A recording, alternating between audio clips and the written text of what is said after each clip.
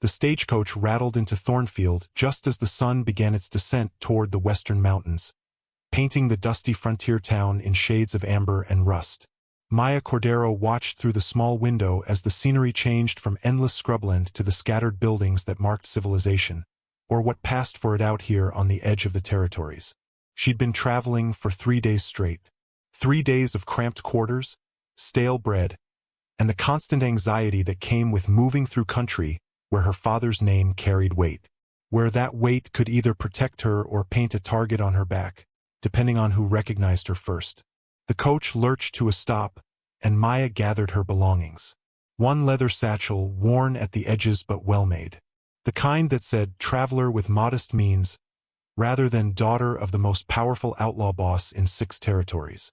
Everything she owned for this journey fit inside.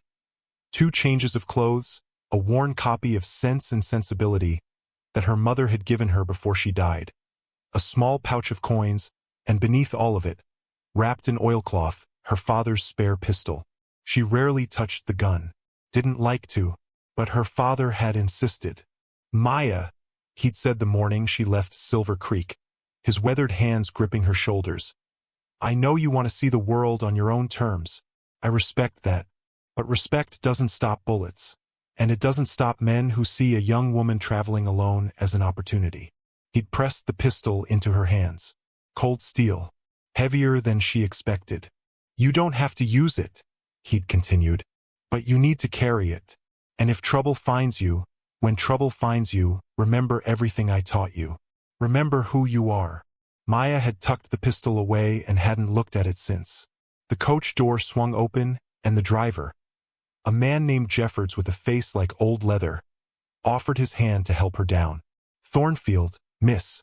Best saloon's the one straight ahead. The Dusty Rose.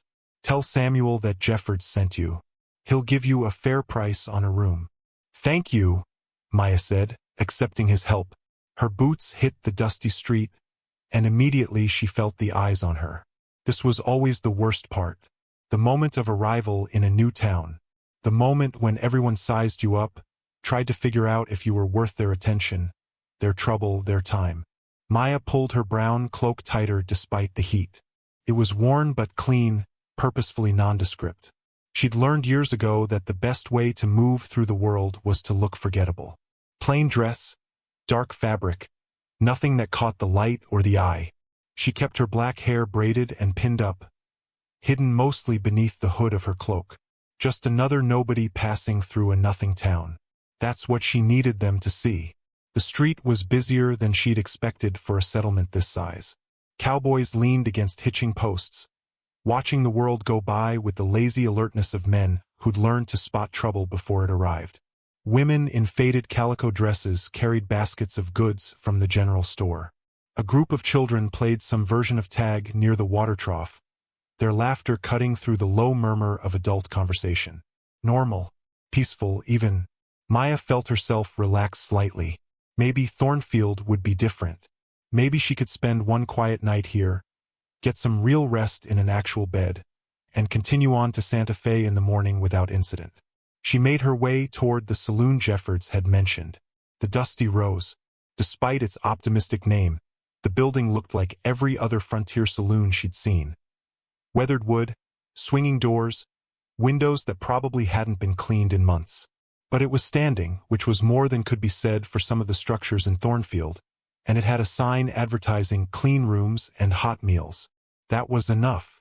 The afternoon sun was still strong, but inside the saloon it would be cooler, darker. She could get a room, maybe eat something that didn't taste like trail dust, and plan the next leg of her journey. Maya pushed through the swinging doors. The interior of the Dusty Rose was exactly what she expected. A long bar running down the left side, manned by a gray-haired man who must be Samuel. A dozen tables scattered across the floor, most of them empty this time of day.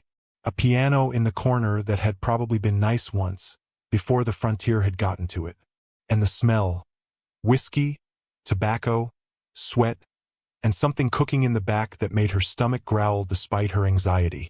There were maybe a dozen people inside. Most of them looked like locals. Men finishing up afternoon drinks before heading home to supper. A few women at a table near the window, dressed well enough to suggest they worked somewhere respectable in town, maybe the general store or the boarding house. And in the far corner, 3 men who didn't look like locals at all. Maya's instincts, honed by years of learning to read danger the way sailors read weather, immediately flagged them. It wasn't just that they were drinking in the middle of the day. Plenty of people did that. It wasn't even the way they were dressed, though their clothes had that worn, dusty quality that marked them as drifters rather than settlers. It was the way they were watching the room, the way their eyes tracked every person who walked in, the way they sat with their backs to the wall, hands never far from their belts, the way they'd clocked her the second she walked through the door, and the way they were still looking. That look.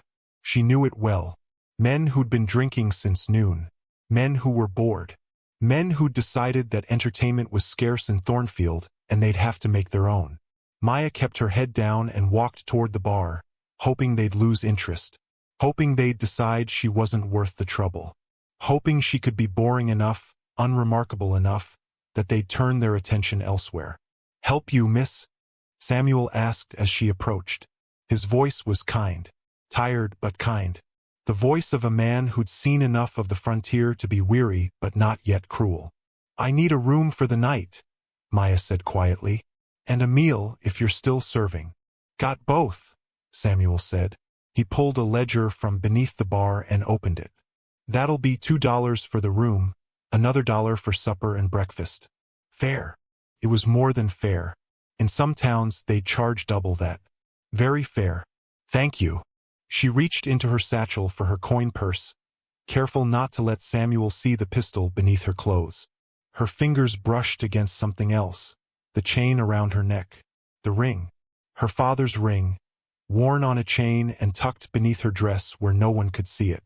Simple gold band with an insignia carved into it. A coiled snake with ruby eyes. The red viper's mark. She never showed it. Never pulled it out unless absolutely necessary. Because the moment someone saw that ring, everything changed. The quiet anonymity she'd worked so hard to maintain would shatter. Word would spread. Her father would know where she was. And more importantly, everyone else would know too. Every outlaw who wanted to make a name for himself by killing the Red Viper's daughter.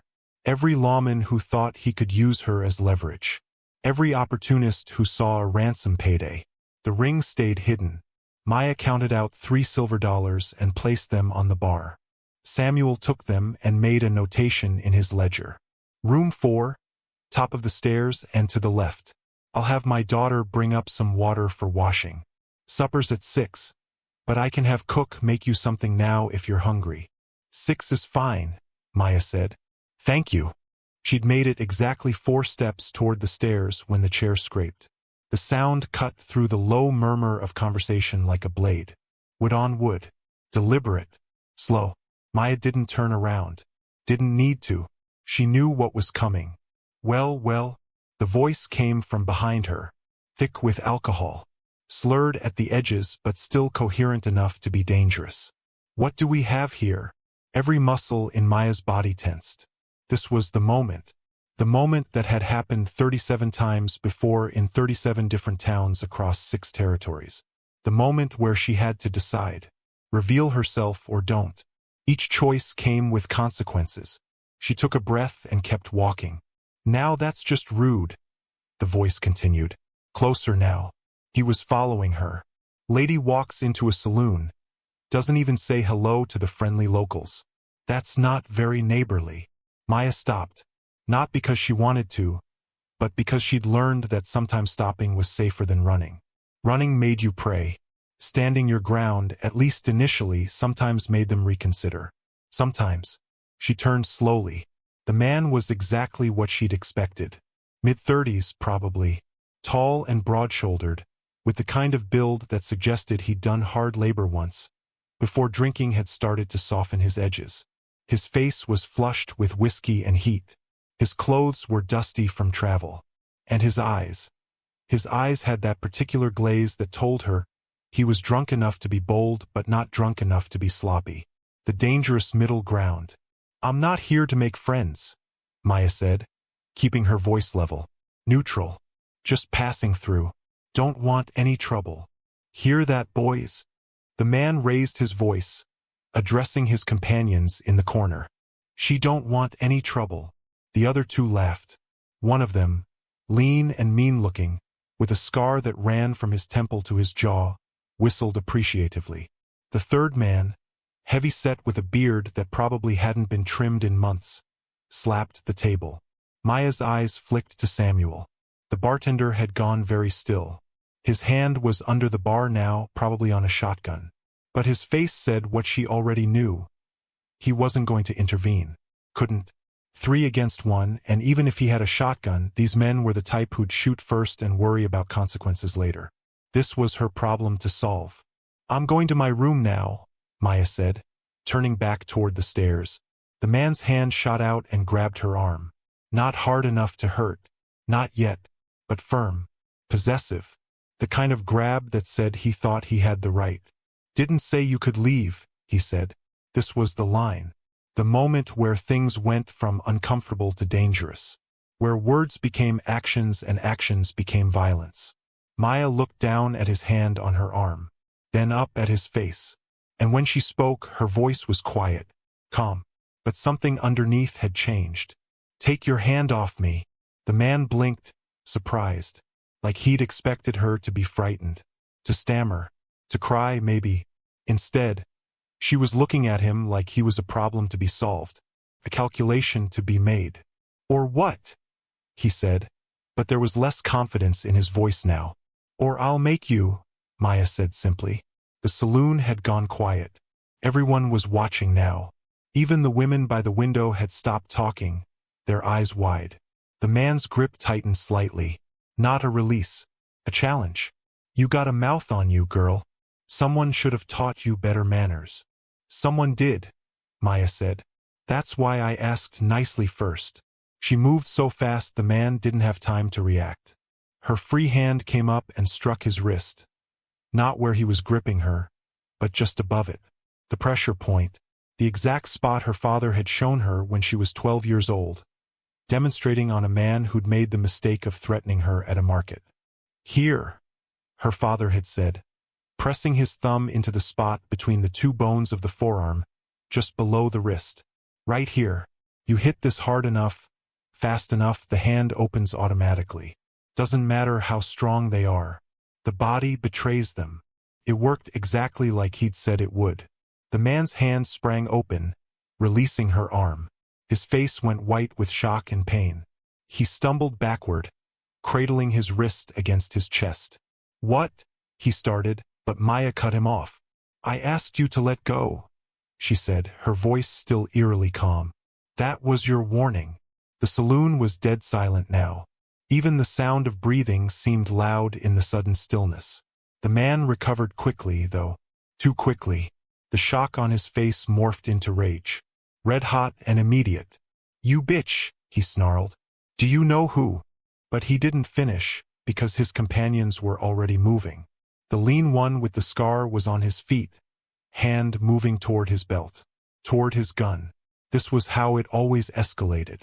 Pride wounded. Masculinity challenged.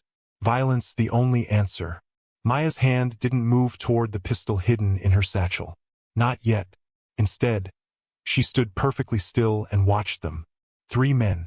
All armed. All angry. All drunk enough to make stupid decisions. She'd been in worse situations. Not many, but a few. You just made a big mistake, girl, the scarred one said. His voice was different from his friends. Colder. More controlled. This one was dangerous not because he was drunk and emotional, but because he was calculating. You know who you just put your hands on? Someone who's about to apologize and leave me alone, Maya said. If he's smart. The scarred man actually smiled at that. A thin, cruel expression that didn't reach his eyes. Oh, you got fire. I like that. But you clearly don't know where you are, sweetheart. This is Thornfield. Harrow territory. And you just assaulted Clayton Harrow. The name hung in the air like smoke. Harrow. Maya felt that old, familiar weight settle in her chest. The weight of knowing exactly what came next. What always came next when men like this decided you'd insulted them. She knew the Harrow name. Everyone who traveled the territories did. A family of outlaws who'd carved out their own little kingdom in this part of the frontier. Not as powerful as her father's organization, not even close, but strong enough to run Thornfield and the surrounding settlements. Strong enough to make people afraid.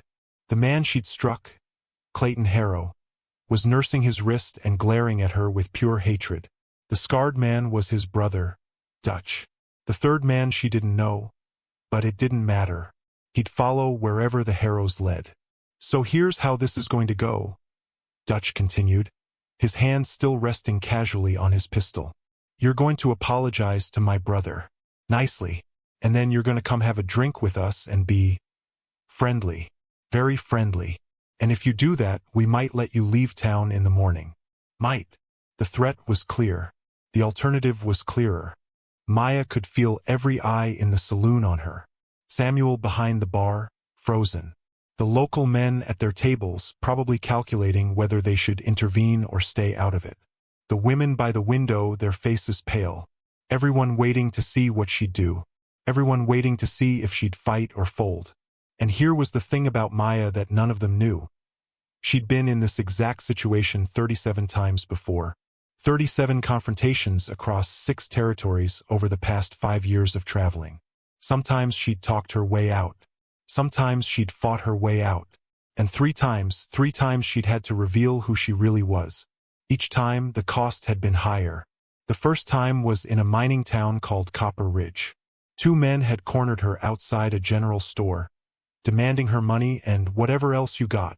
She'd shown them the ring, told them who her father was, and they'd gone white as ghosts and run. But word had spread. Within a week, her father's men had shown up to escort her back to Silver Creek. It had taken her months to convince him to let her try traveling again. The second time was in a border town whose name she'd forgotten. A group of bandits had tried to rob the stagecoach she was on. She'd revealed herself, and the bandits had immediately released everyone. But one of the passengers had been a journalist. He'd written about it. The story had spread. For months afterward, she couldn't go anywhere without people recognizing her. Some worshipful, some frightened, some calculating how they might use her. The third time had been in a settlement called Red Creek. A marshal had gotten too friendly, too insistent. She'd shown him the ring, and he'd backed off. But then he'd tried to arrest her, claiming she was harboring a fugitive, herself, technically. Her father's men had arrived within hours. The marshal had disappeared. The whole town had learned not to mess with the Red Viper's daughter. After that, Maya had been more careful, stayed quieter, kept the ring hidden. She'd managed to go almost a year without incident. A year of peaceful travel, of seeing the territories on her own terms, of being just Maya instead of the Red Viper's daughter. And now these 3 men were about to end that streak. She looked at Dutch Harrass, at his hand on his pistol, at the confidence on his face that said he thought he'd already won. Then she looked at Clayton, still cradling his wrist, at the third man already standing, ready to back whatever play his friends made. And she made her decision. Last chance, Maya said, and her voice had changed again, colder now, the voice her father used when he was done negotiating. Walk away. Forget this happened. I'll be gone by morning, and none of us ever has to think about this moment again. Dutch laughed. Actually laughed. It was a harsh, mocking sound. See, that's where you're wrong, sweetheart. You're not leaving in the morning. You're not leaving at all. Clayton, go get the rope from the... Before you finish that sentence, Maya interrupted, her hand moving to her chest, fingers finding the chain beneath her dress. I need you to look at something. She pulled the chain out slowly. Let it catch the light filtering through the dusty windows. Let them see the gold. Let them wonder. And then she held up the ring. Simple band. Coiled snake. Ruby eyes that seemed to glow even in the dim saloon light. The effect was immediate. Dutch Harrass froze mid-sentence, his mouth still open. His eyes went wide. The color drained from his face so fast Maya thought he might faint. Clayton, still nursing his wrist, looked at the ring. Looked at Maya. Looked back at the ring. No, he whispered. That's not. You can't be. The third man took an actual step backward, his hand moving away from his gun like it had suddenly caught fire. Around the saloon, people were leaning forward, trying to see what had caused such a reaction. Samuel, behind the bar, squinted at the ring, then his eyes went wide too. "No," Dutch said again, louder this time. "That's not possible. You can't be the Red Viper's daughter," Maya finished for him. Her voice was calm, matter-of-fact, like she was discussing the weather. "Maya Cordero, and you just threatened to lynch me in a saloon full of witnesses." The silence that followed was absolute. If someone had dropped a pin, the whole town would have heard it. Maya watched the emotions play across Dutch Harrow's face. Shock, disbelief, dawning horror, and underneath it all, the frantic calculation of a man who just realized he'd made a catastrophic mistake. Because here's what everyone in the frontier territories knew about the Red Viper. He controlled everything from Silver Creek to the Mexican border. Every gambling house, every gun runner, every gold transport, every outlaw gang that wanted to operate in his territory paid tribute to him. He had connections with Mexican cartels to the south and corrupt lawmen to the north. His network was so extensive that some people said he knew what was happening in 6 territories before the territorial governors did. He was ruthless, efficient, strategic. He'd built his empire not through random violence but through calculated moves and an almost supernatural ability to anticipate his enemies. But there was one thing that made him truly terrifying, one thing that separated him from every other outlaw boss in the territories. His daughter. The stories were legend. Some were probably exaggerated, but most Maya knew were true. There was the story about the merchant in Silver Creek who'd shortchanged Maya at his store. Not much, just a few cents.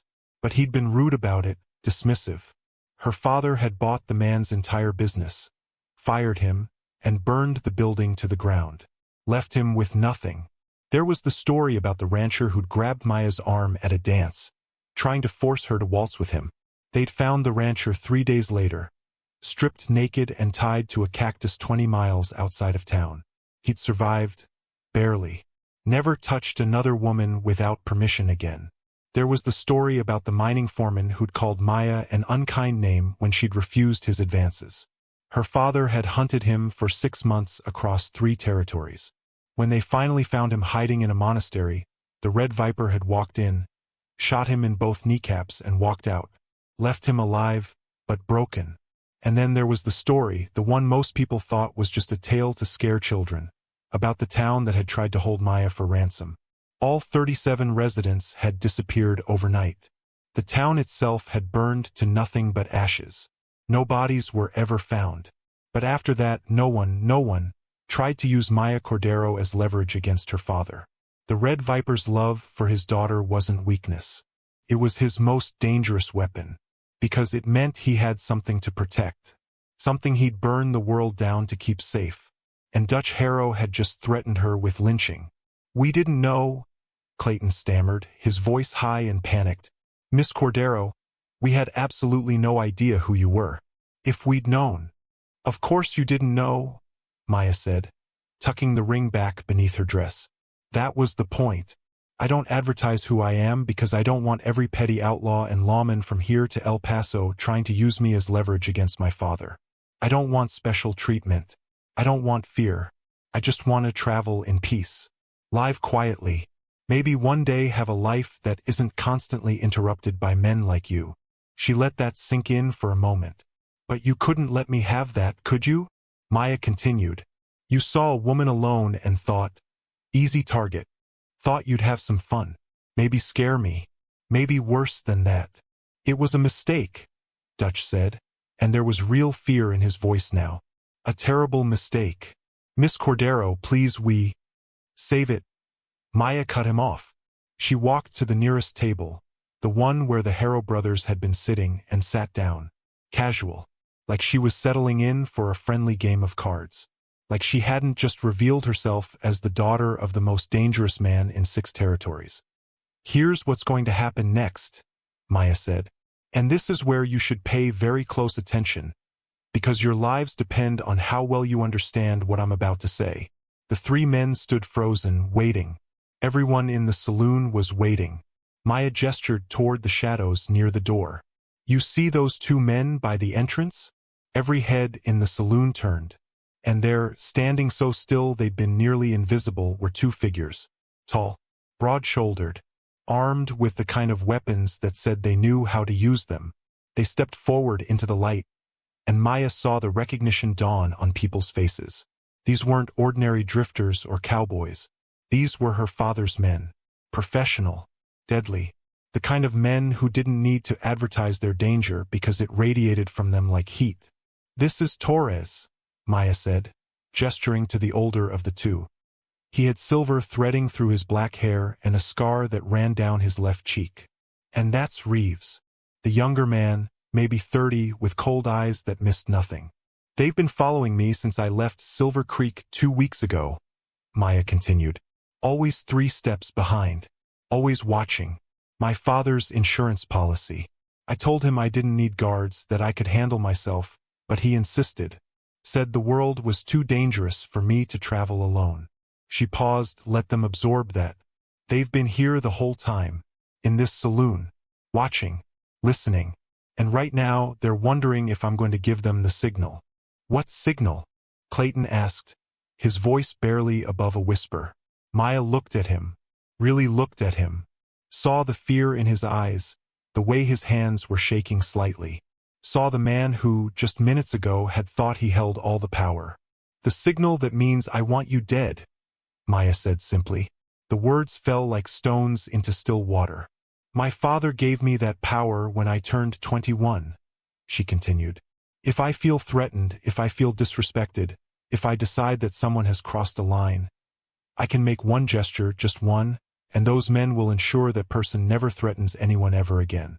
Quick and quiet, or slow and public, depending on the severity of the offense. She let them imagine what that might look like. Let the silence stretch. Threatening to lynch me, Maya said thoughtfully. That would probably qualify as severe. Please, Dutch said. And now there was real desperation in his voice. Miss Cordero, But here's the thing, Maya interrupted. She leaned back in her chair, looking around the saloon. At Samuel, still frozen behind the bar. At the local men watching with wide eyes. At the women by the window, clutching each other. I'm tired, Maya said softly. I'm so tired of this. Tired of leaving bodies behind me just because men like you can't control yourselves. Tired of my father's reputation solving problems that shouldn't exist in the first place. Tired of being the Red Viper's daughter instead of just Maya. She stood up slowly, and every person in the room tensed. So I'm going to do something different, Maya said. Something that's going to shock everyone in this room, including Torres and Reeves over there, who are probably wondering if I've lost my mind. Dutch and Clayton watched her like she was a loaded gun that might go off at any moment. I'm going to let you live, Maya said. The relief that flooded the Harrow brothers' faces was almost comical. Clayton's knees actually buckled slightly.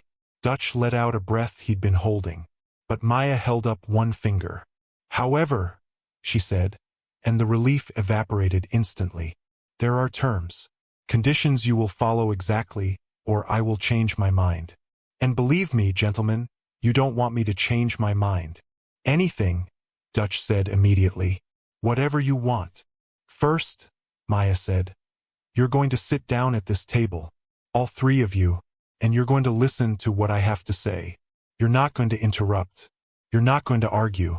You're going to listen, and then you're going to do exactly what I tell you. Clear? The 3 men nodded frantically and took seats at the table. Maya remained standing, looking down at them. Good, she said.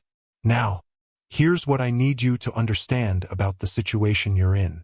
She began to pace slowly, and her voice took on the tone of someone giving a lecture. A teacher explaining a difficult concept to slow students. You threatened me. That was stupid. But more than that, it was typical. Do you know how many times this has happened to me? How many towns I've passed through where men like you decided that a woman traveling alone was an opportunity. A target. She looked at them, waiting for an answer. No, Miss Cordero, Dutch said. 37 times, Maya said. 37 separate incidents in 5 years. That's not counting the minor harassments. The catcalls, the inappropriate comments, the helpful men who wouldn't take no for an answer. I'm talking about actual threats, actual danger. 37 times where men looked at me and decided I was prey. She let that number sink in. And do you know what happened in most of those cases? Maya continued. I revealed who I was, showed them this ring, and they ran. Or they apologized. Or they froze like you're freezing right now. And then my father's men would show up, and those men would disappear. Maya saw Clayton flinch at that word. Not always dead, she clarified. Sometimes just gone, run out of town, blacklisted from every trading post and settlement in the territories, unable to find work, unable to show their faces anywhere my father's influence reached, which, in case you're not aware, is almost everywhere out here. She stopped pacing and looked at them directly. Is that justice? Maya asked. Is that the world we want to live in? Where women can only travel safely if they're connected to dangerous men?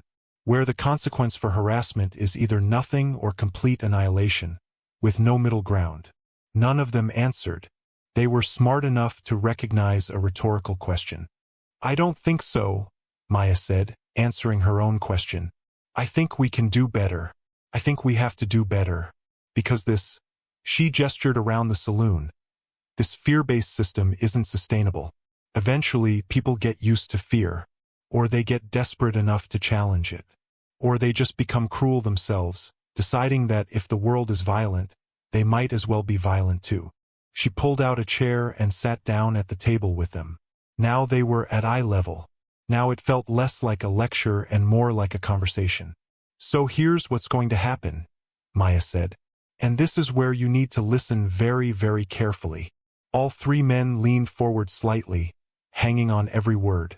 You're going to leave Thornfield, Maya said. Not immediately. I'll get to timing in a moment. But you're going to leave and you're going to travel. Through the territories. To every saloon. Every trading post. Every settlement. Every camp you can find. Travel where? Dutch asked, then immediately looked like he regretted speaking. But Maya didn't reprimand him. Everywhere. Silver Creek. Red River. Copper Ridge. The border towns. The mining camps. The cattle stations. Everywhere my father's name is known. And everywhere it isn't. She leaned forward. And you're going to tell them a story. The story of today. The story of how you tried to harass the Red Viper's daughter. And what happened next. You want us to spread the word about this? Clayton asked, confused. About what we did? Exactly, Maya said.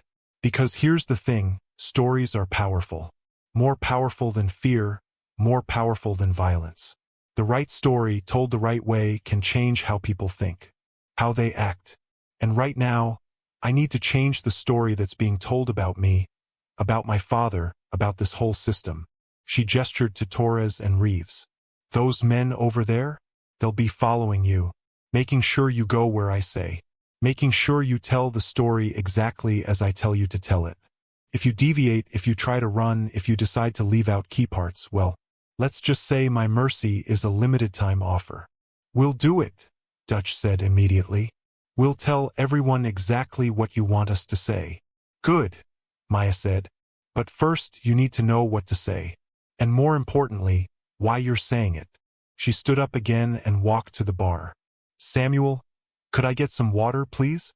The bartender, who'd been standing frozen this whole time, jerked into motion. Of course, Miss Cordero.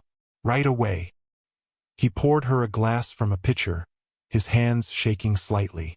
Maya took it, drank deeply, and then turned back to the three men at the table.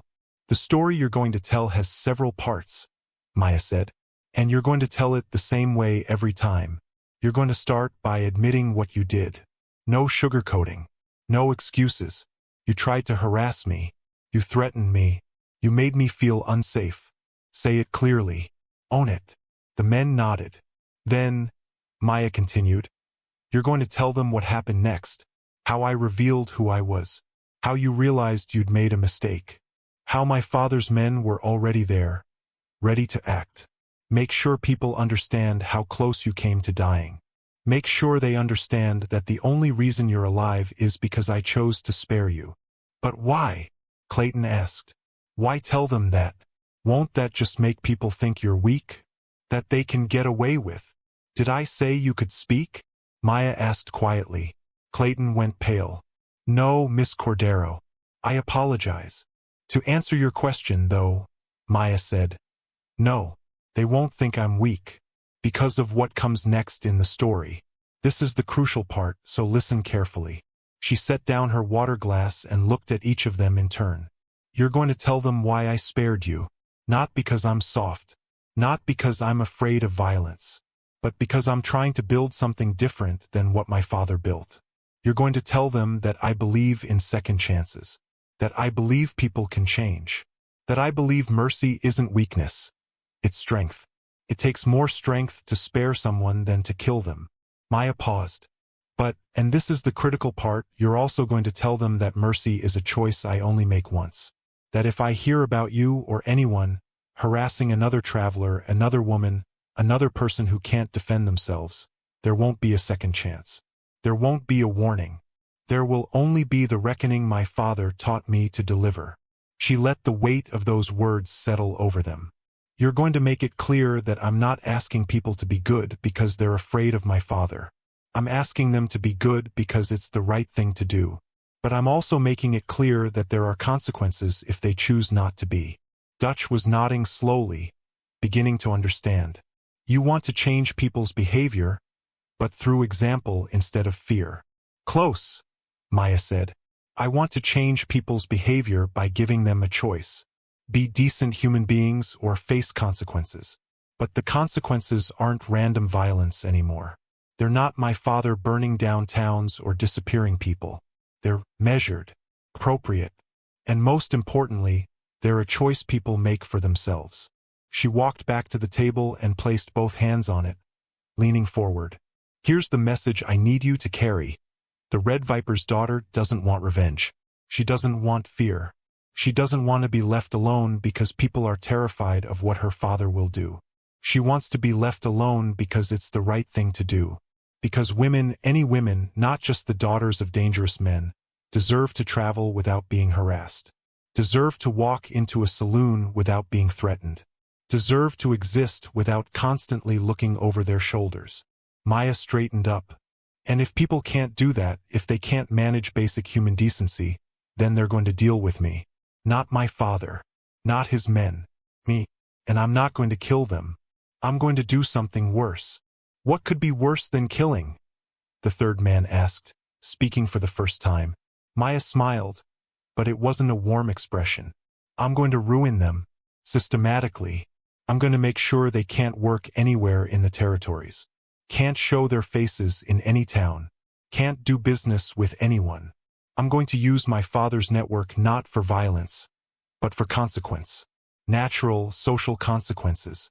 The kind where the whole community knows what they did and refuses to tolerate it." She looked around the saloon, at the women by the window who were watching with something like hope in their eyes now, at Samuel who was nodding slowly, at the local men who looked thoughtful. "That's the story you're going to tell," Maya said, turning back to the three men. "And you're going to tell it everywhere you go. Every town, every settlement, every place where my name might reach. You're going to be my messengers, my heralds. And if you do this well, if you spread this message far and wide, then maybe we can start to change things." "And if we do this," Dutch asked carefully, "what happens to us? After?" Maya considered this. "After? After you've traveled to every major settlement in the territories and told this story? After Torres and Reeves report back that you've done exactly what I asked?" She shrugged. "Then you're free. You can go back to whatever life you want to live. With the understanding that if you ever harass someone again, the mercy I'm showing you today is permanently revoked." "Clear? Crystal clear, Miss Cordero," Dutch said. "Good," Maya said. "Now, before you leave Thornfield, there are a few practical matters to attend to." She gestured to Samuel. "These gentlemen are going to pay for any damages. They're also going to pay for my room tonight, all my meals, and a fresh horse in the morning. They're going to compensate you, Samuel, for the disruption to your establishment. Fair. More than fair, Miss Cordero, Samuel said, and there was something like admiration in his voice now. They're also going to apologize, Maya continued. Not to me, I don't need their apologies, but to every woman in this saloon, to make it clear that what they did was wrong, and that they're committed to doing better. The three men looked at the women by the window, at the serving girl who'd emerged from the kitchen, at an older woman who'd been sitting quietly in the corner. Stand up, Maya said. Go apologize. Mean it. Slowly, reluctantly, but with no other choice, the three men stood and walked to each woman in turn. Maya watched as they mumbled their apologies, watched as the women accepted them with various degrees of grace and skepticism. When they were done, Maya nodded. Good. Now, you'll leave tomorrow at dawn. Torres and Reeves will provide you with a list of settlements to visit in order. You'll spend at least one full day in each town. You'll tell the story in the saloon, at the trading post, anywhere people gather. Torres will give you money for travel expenses. You're not to steal, cheat, or cause any trouble along the way. This is your job now. Your mission. Understood. All three nodded. Then we're done here, Maya said. For now. Torres, Reeves, please escort these gentlemen outside and give them their instructions. I'm going to my room. The two guards moved forward, and the three men followed them toward the door. But Dutch paused and turned back. Miss Cordero, he said, I just want to say, what you're doing, this mercy, this message, is not what I expected. It's not what anyone would expect from the Red Viper's daughter. I know, Maya said. That's the point. But why? Dutch asked. Why go to all this trouble? Why not just let your father handle it the way he always does?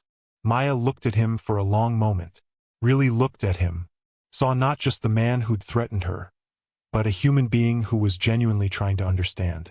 Because I'm tired of being my father's daughter, Maya said quietly. I want to be myself, and the only way to do that is to build something different than what he built. Something that doesn't require fear to function. Something that lasts because people choose it, not because they're forced into it. She turned toward the stairs. And because, she added, I have a daughter someday, or any young woman has to travel through these territories. I want them to be safe not because of who their father is, but because the world has changed, because people have changed. And that starts with moments like this, with choices like the one I'm making today. Dutch nodded slowly. I'll make sure everyone knows the real story. I promise. See that you do, Maya said. Because if you don't, Torres has very specific instructions about what happens next. Dutch paled slightly, nodded again, and followed the guards out.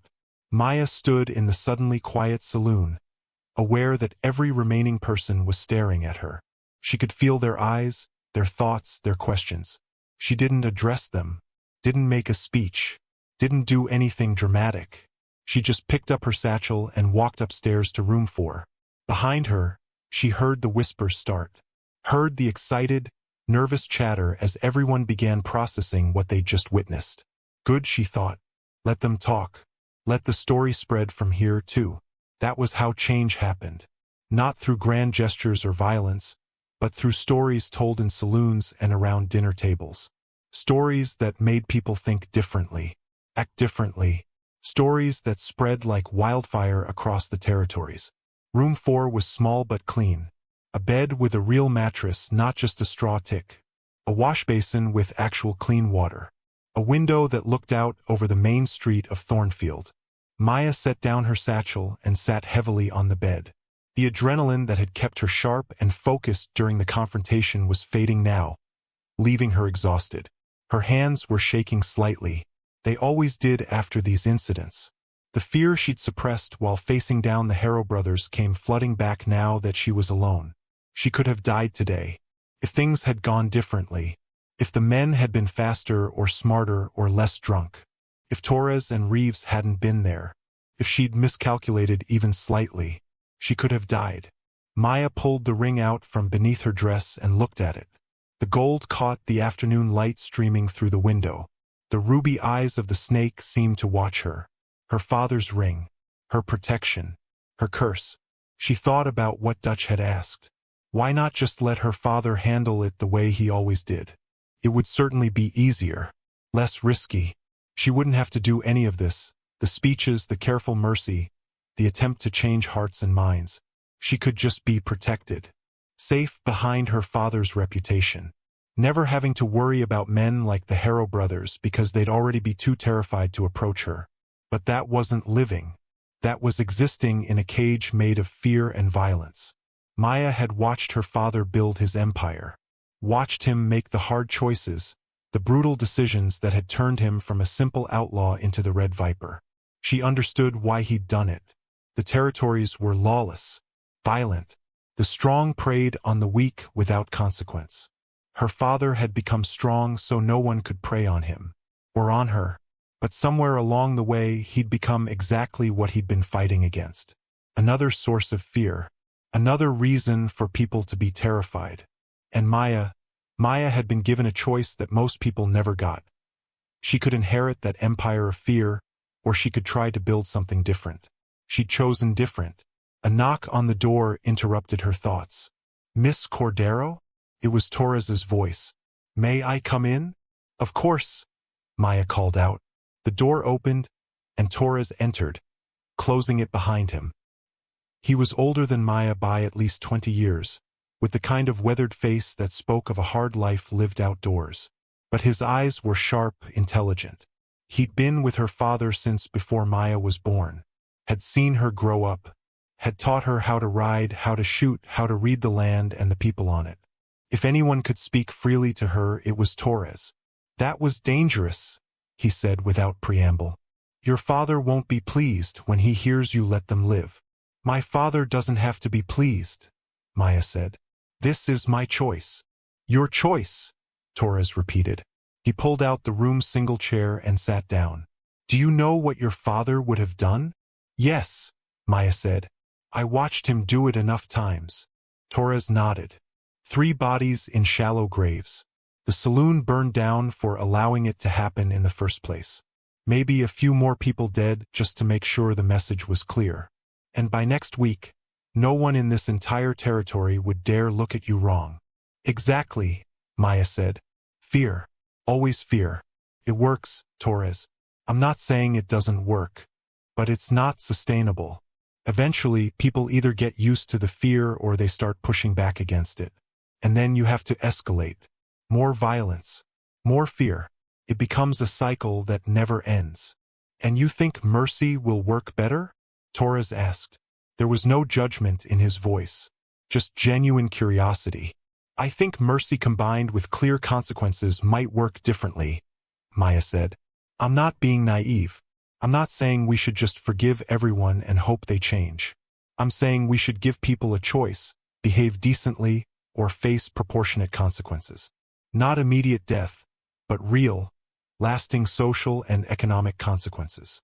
"Using your father's network," Torres said. "Yes," Maya admitted. "I'm not rejecting everything he built. I'm trying to use it differently. Use it to create accountability instead of fear." Torres was quiet for a moment, thinking. It's an interesting idea. Untested. Risky.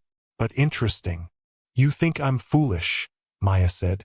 "I think you're young," Torres replied. "But I've known you since you were born, Maya. And I've seen you grow into someone smarter than most people give you credit for. If anyone could make this work, it might be you." "But you're still skeptical," Maya said. "I'm always skeptical," Torres said with a slight smile. "It's kept me alive this long. But I'm also open to the possibility that you're right.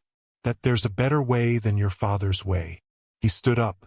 "Reeves and I will make sure the Harrow brothers do exactly what you told them to do. We'll follow them to every settlement. Make sure they tell the story right. If they deviate or if they try to run, we'll handle it. Don't kill them unless you absolutely have to," Maya said. Torres nodded. "Understood. But if they endanger you, or anyone else, then do what needs to be done," Maya finished. "I'm not asking you to be careless. Just measured, proportionate." "Measured and proportionate," Torres repeated. "Your father would hate those words." "My father doesn't have to love my methods," Maya said. He just has to trust that I know what I'm doing. Does he? Torres asked. Trust you, I mean, Maya thought about that. About her father, the Red Viper. About their last conversation before she'd left Silver Creek. I don't know, she admitted. I think he wants to, but trusting someone means letting go of control, and my father has never been good at that. Torres moved toward the door, then paused. For what it's worth, I think what you did today was brave. Maybe foolish, but definitely brave. And if it works, if you really can start changing how things work out here, it would be something worth doing. Thank you, Torres, Maya said. After he left, Maya lay back on the bed and stared at the ceiling. Through the window, she could hear the sounds of Thornfield settling into evening. Horses being led to stables. The dinner bell ringing at the boarding house. Children being called inside. Normal sounds. Peaceful sounds. This was what she was fighting for. Not grand ideals or abstract principles, but simple moments like this, where people could live their lives without fear, where women could travel without guards, where strength meant protection, not domination. It would take time, years probably, and there would be setbacks, people who didn't understand, people who saw mercy as weakness, people who would test her, push her boundaries, try to exploit what they saw as softness. But Maya was patient. And she was her father's daughter, after all. She knew how to play the long game, how to build networks, how to wait for the right moment to act. The difference was, she was building something that lasted not through fear, but through something stronger. Hope, the belief that things could be different, better. She closed her eyes and let herself rest, knowing that tomorrow would bring new challenges, that the road ahead would be long and difficult. But for tonight, in this small room in Thornfield, she allowed herself to feel something she rarely let herself feel. Pride. Pride in the choice she'd made. Pride in the path she'd chosen. Pride in being herself, not just her father's daughter. Over the next 3 months, something remarkable happened across the territories. The story of Maya Cordero, the Red Viper's daughter who'd shown mercy to the men who threatened her, spread like wildfire. Dutch and Clayton Harrow, true to their word and under the watchful eyes of Torres and Reeves, traveled from settlement to settlement.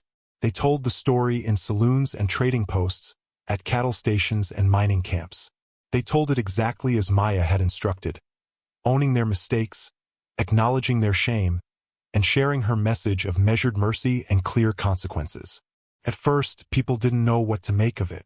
Some called Maya naive. Just wait, they said. She'll learn. The frontier doesn't reward mercy. It rewards strength.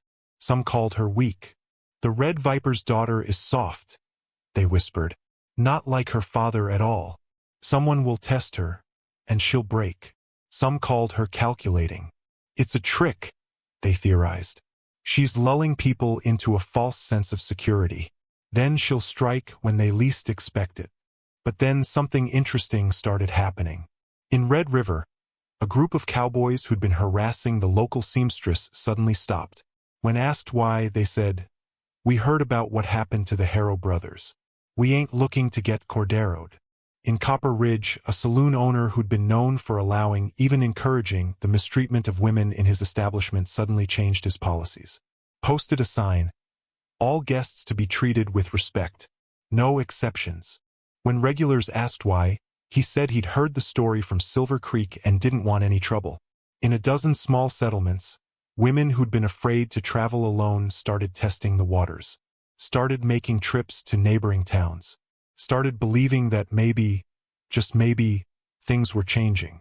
And when incidents did occur, when men tested the boundaries, tried to see if the Red Viper's daughter was really serious, Maya made good on her promises.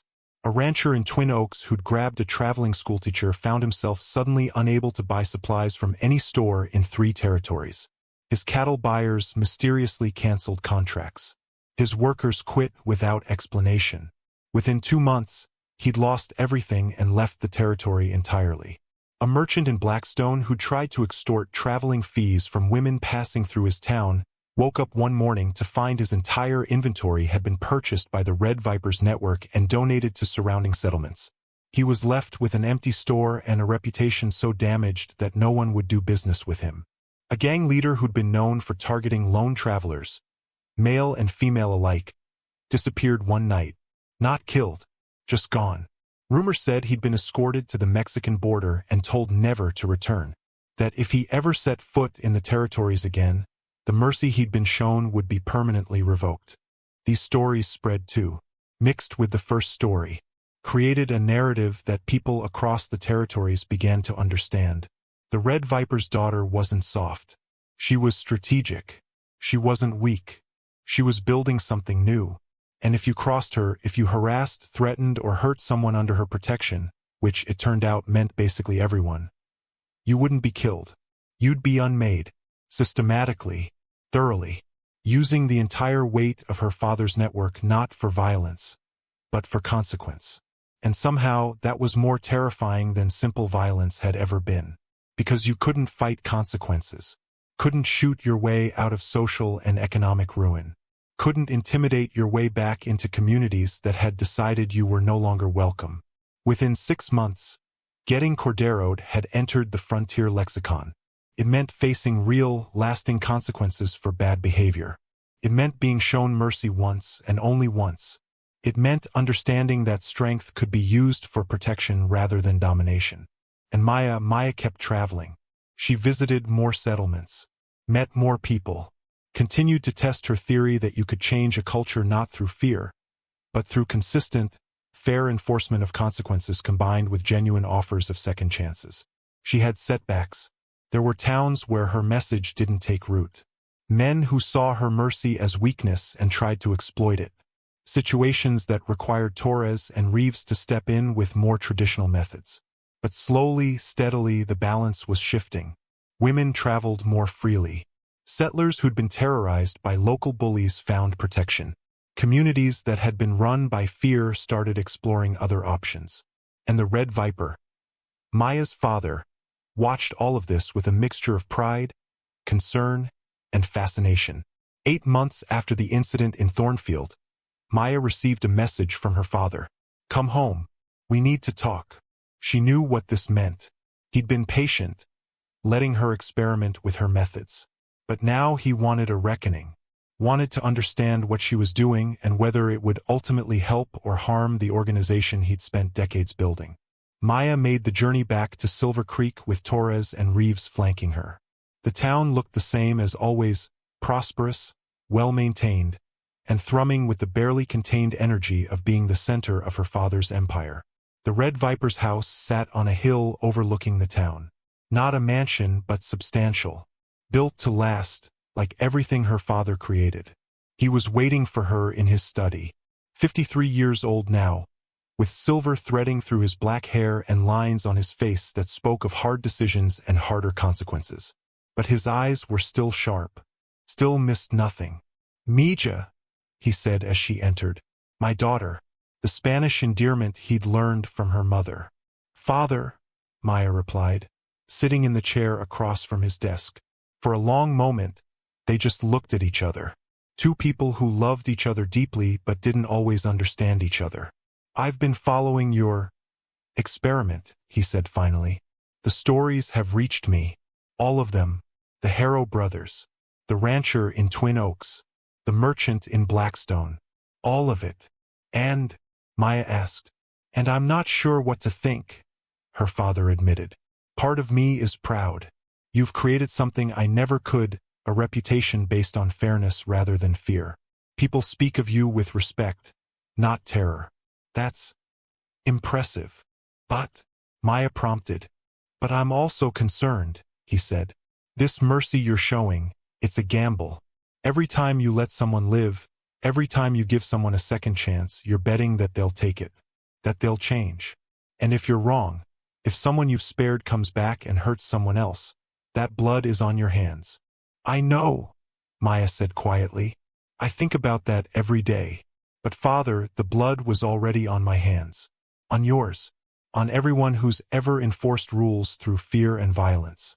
At least this way, I'm trying to break the cycle." The Red Viper leaned back in his chair. "Do you know why I built what I built?" he asked. Why I became what I became. To protect yourself.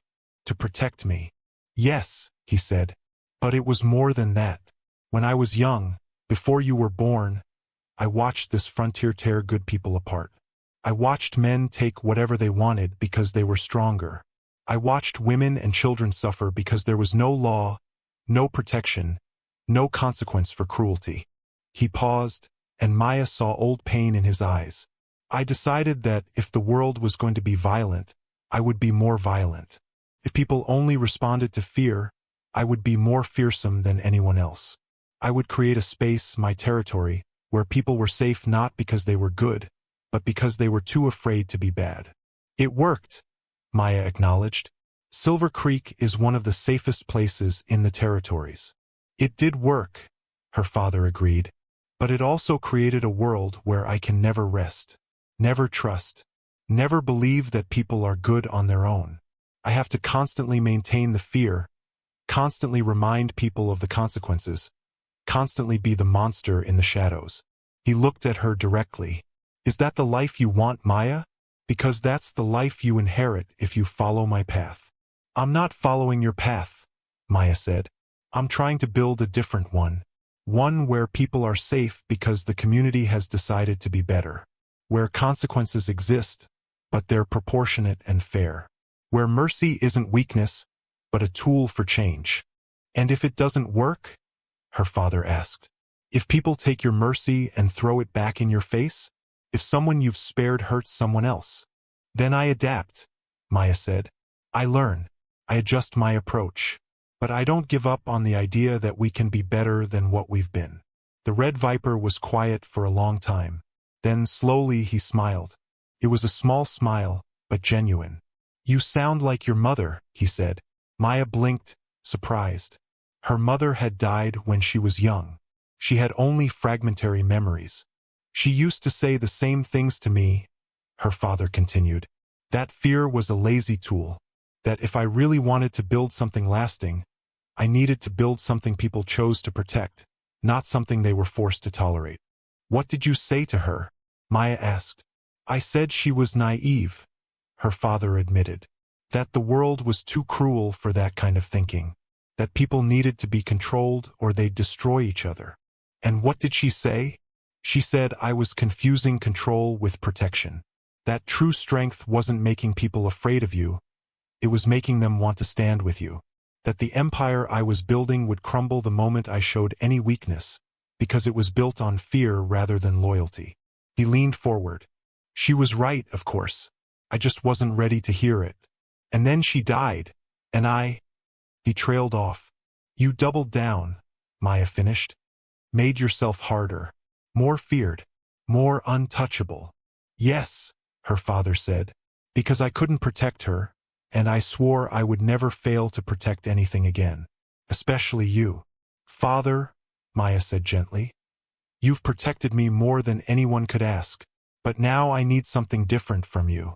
I need you to trust me. Trust that I can build something that lasts not because people are afraid, but because they believe in it. The Red Viper stood up and walked to the window overlooking Silver Creek. His town. His empire. Torres sends me reports, he said. About your travels. About the people you've helped. The situations you've resolved. The changes you're making. He turned back to face her. Do you know what he says? He says you're better at this than I ever was. That you're building something I never could. That in 2 years your influence might reach further than mine. Not through fear, but through respect. Torres said that? Maya asked, surprised. He did, her father confirmed. And Torres doesn't lie, especially not to me. He walked back to his desk and sat down. So here's what's going to happen, he said. I'm going to continue doing what I do, maintaining the network, handling the threats that require my particular methods. But I'm also going to support what you're doing, give you access to resources, let you use my reputation and connections to build your version of order. Father, he held up a hand. But if your methods fail, if someone you've shown mercy to does something unforgivable, you need to be prepared to handle it. Not with my methods necessarily, but with your own. You need to prove that mercy isn't weakness, that consequences are real, that your system works. I understand, Maya said. Do you? Her father asked. Because the first time you falter, there will be people, many people, who will try to take advantage. They'll test you, push your boundaries, try to prove that your way doesn't work. I know, Maya said. And when that happens, I'll handle it. My way. But I will handle it. The Red Viper studied his daughter for a long moment. Then he nodded. Your mother would be proud of you, he said quietly. And so am I. The test came 3 months later, in a settlement called Broken Arrow. Maya had been visiting the town to meet with the local council about establishing better protections for traveling merchants. It was routine, peaceful, until it wasn't. His name was Marcus Reeve.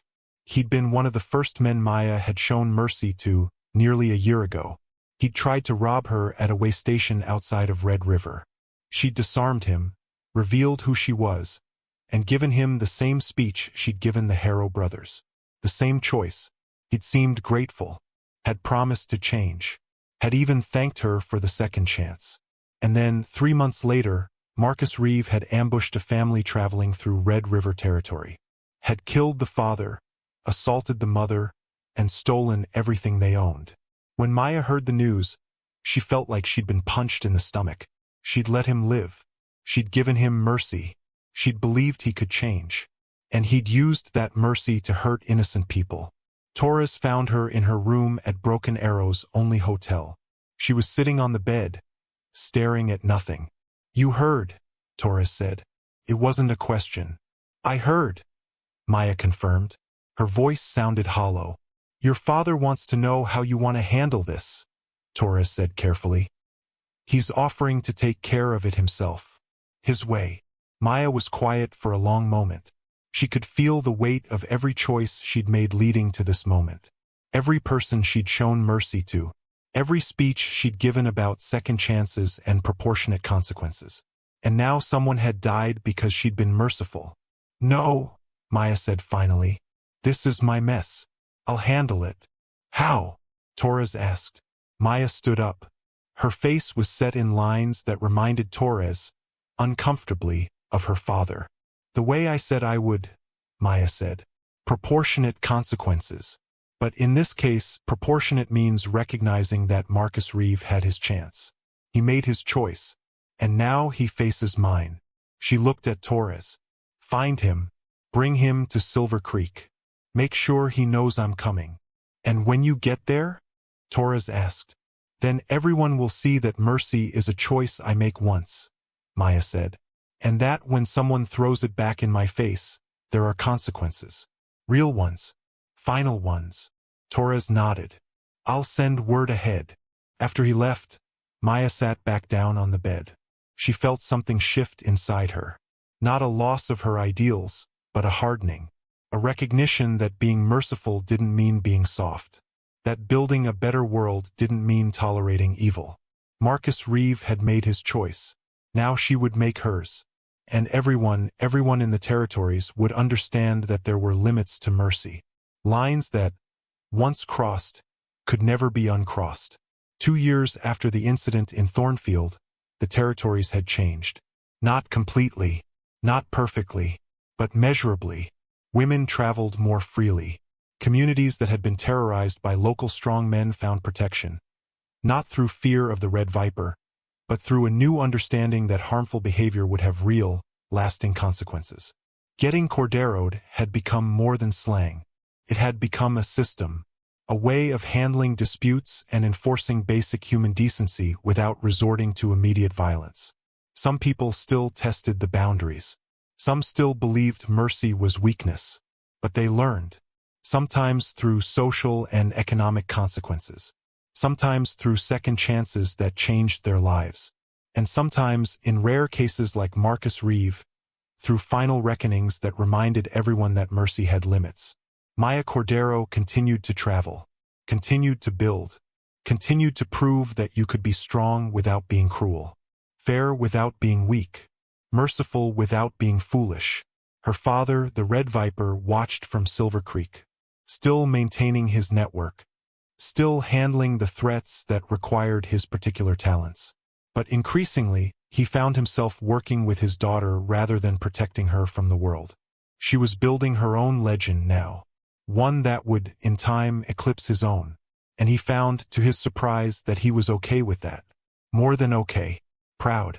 3 years after Thornfield, Maya received a letter from Dutch Harrow. He was settled now, running a small ranch near the border. Had a wife, a child on the way. The letter was simple. Miss Cordero. I wanted you to know that I think about what happened in Thornfield every day. About the mercy you showed me when you had every right not to. I'm trying to live up to it. Trying to be the kind of man who deserved that second chance. Thank you for seeing something in me I didn't see in myself. Dutch *. Maya folded the letter carefully and tucked it into her journal, where she kept other letters like it. Reminders that her experiment was working, that people could change. That mercy, when combined with clear consequences and genuine belief in human potential, could create something lasting. She looked out the window of whatever town she was in. She'd lost track, honestly, and watched the sun set over the frontier. The territories were still dangerous, still wild, still unpredictable, but they were also changing. Slowly, gradually. One choice, one story, one act of measured mercy at a time. And Maya Cordero, the Red Viper's daughter, was building a legacy that would last long after she was gone. Not through fear, through hope,